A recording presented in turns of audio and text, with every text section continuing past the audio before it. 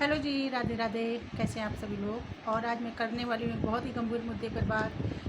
आप लोगों ने नाम सुना होगा श्रेया तिवारी नाम की बच्ची का, जिसका यूपी आजमगढ़ स्कूल में पढ़ती थी वो। और उसका अब उसने अपने सुसाइड कर लिया है। स्कूल प्रशासन की तरफ से उसको कुछ बहुत ही ज़्यादा प्रताड़ित किया गया, क्योंकि उसके बैग से एक फ़ोन निकला था और कह रहे थे कि और भी कुछ संदेहास्पद चीज़ें निकली थी, जिसकी वजह से स्कूल में उसको क्लास क्लास में ले जाकर उस बच्ची को इंसल्ट किया गया। हर क्लास में बच्चों को दिखलाया गया उस बच्ची को ले जाकर कि देखिए इनके पास से ये निकला है, इनके पास से ये निकला है। और हर क्लास में वो 11th क्लास में 11th में पढ़ रही थी बच्ची। तो 11th क्लास के बच्चे जो होते काफ़ी सेंसिटिव होते हैं और मैच्योर भी हल्के से होते हैं। ना वो बच्चे होते हैं और ना बड़े होते हैं, टीनेज की अवस्था में होते हैं वो। तो मुझे नहीं पता कि उस बच्ची के पास से फ़ोन निकला या नहीं निकला, या किसी ने उसके पास, या वो बच्ची छुपा के ले गई थी। लेकिन फ़ोन मिलना इतनी बड़ी कौन सी बहुत बड़ी बात है कि जिसकी वजह से उस बच्ची की जान चली गई और उसको इतना ज़्यादा इंसल्टेड किया गया, इतना ज़्यादा इंसल्ट किया गया कि जिसकी वजह से उस बच्ची ने सुसाइड करना ज़्यादा बेहतर समझा जीने की अपेक्षा। तो मैं बस ये कहना चाहती हूँ कि हमारे स्कूल में मेरी भी 2 बेटियाँ हैं, स्कूल में पढ़ रही हैं, जहाँ पर 7th क्लास के बाद फ़ोन अलाउ कर दिया जाता है, जिससे कि जो बच्चे दूर से आते हैं और कुछ बच्चे के गार्जियन छोड़ने आते हैं, कुछ बच्चे जो स्कूल की तरफ से बसें वगैरह होती हैं उनसे जाते हैं, और कुछ बच्चे अपने कन्वेंस के थ्रू आते जाते हैं। तो अगर बच्चों को लेट हो रहा है तो अपने गार्जियंस को जानकारी दे सके, इन्फॉर्मेशन दे सके कि मैं देर से आ रही हूँ या जल्दी आ रही हूँ।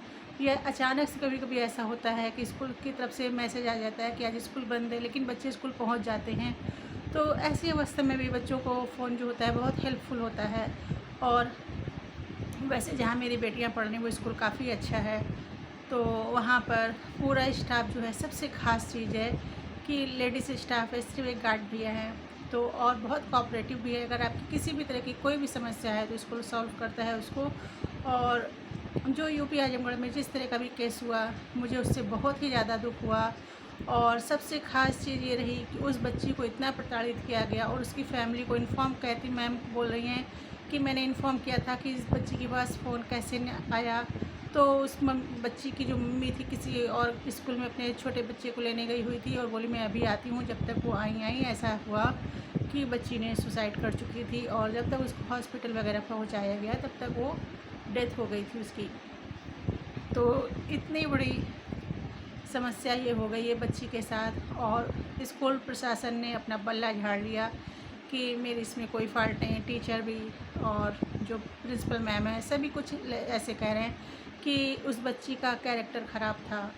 तो बच्ची के कैरेक्टर पर सवाल उठाए जा रहे हैं। तो मुझे ये नहीं समझ में आता कि अगर बच्ची का कैरेक्टर ख़राब था तो चलिए आप उसको अपने स्कूल से निकाल देते, उसका नाम काट देते, उसको आप अपने पढ़ने की जो एक वो होती है अपने स्कूल से उसको बिल्कुल बाहर कर देते। लेकिन इस तरह से उसको मेंटली टॉर्चर करना बिल्कुल भी नहीं बनता था कि एक माँ बाप 25 सालों तक 20 सालों तक अपनी बच्चियों को पालते हैं, बच्चों को पालते हैं, और 5 मिनट नहीं लगता है बच्चों की जान जाने में।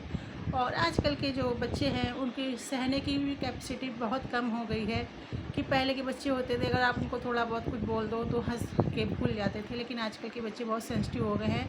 और स्कूल के सपोर्ट में यूपी आजमगढ़ के स्कूल की जो घटना हुई उसके सपोर्ट में जो टीचर और प्रिंसिपल मैम अरेस्ट हो गई थी, तो उसकी वजह से पूरे यूपी के प्राइवेट स्कूलों ने मैम लोगों का सपोर्ट करने के लिए कल स्कूल बंद रखे थे। तो मैंने ये घटना देखी, कल मेरी बच्चियों का भी स्कूल बंद था। और फिर रात में मैंने एक न्यूज़ देखी थी जिसमें ये था कि जो गार्जियन एसोसिएशन है वो आज कल नाइट में बोल रहे थे कि सभी गार्जियंस भी उनका सपोर्ट करें, क्योंकि अगर आज ये श्रेया तिवारी नाम की जो बच्ची थी ये किसी और की है, अक्सर लोग ऐसा सोचते हैं कि उसके साथ हुआ मेरे साथ नहीं होगा, लेकिन ये घटना कभी भी किसी के साथ भी हो सकती है, बस समय ख़राब होता है। तो सभी के साथ कभी ना कभी ऐसी घटनाएं होती है, फिर आप लोगों के लिए सपोर्ट के लिए भी कोई आगे नहीं आता है, ऐसा मेरा मानना है। तो प्लीज़ आप लोग सपोर्ट करें। अगर उस बच्ची का सही है गलत है जो भी है, लेकिन सपोर्ट करना चाहिए। और टीचर जो लोग भी हैं, पता नहीं टीचर बेचारी उन लोगों की क्या मिस्टेक होगी क्योंकि वो लोग तो सिर्फ एम्प्लॉय हैं, जॉब कर रही हैं, तो जो भी वहाँ पर उनके ऑनर होंगे उनको बोला जाएगा, वो वही मैम लोग बोलेंगी, क्योंकि कोई भी अपनी जॉब नहीं खोना चाहता है, लेकिन एक बच्ची ने अपनी जान खो दी है।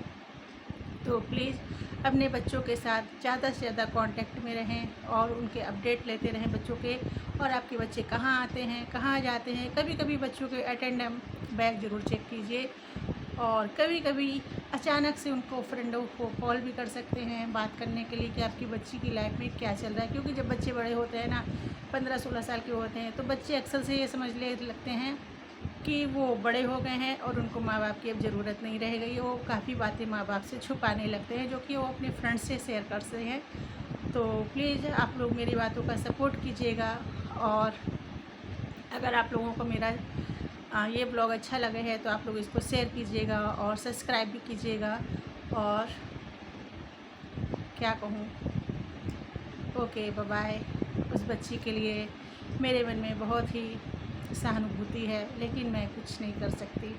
बस आप लोग अलर्ट रहिए और अपने बच्चों को ज़रूरत से ज़्यादा ध्यान रखिए, और उनको हमेशा उनके साथ आधा घंटा ही सही पर्सनली उनके साथ, बच्चों के साथ टाइम बिताएं, उनके मन की बातें जानें एक फ्रेंड के तरीके।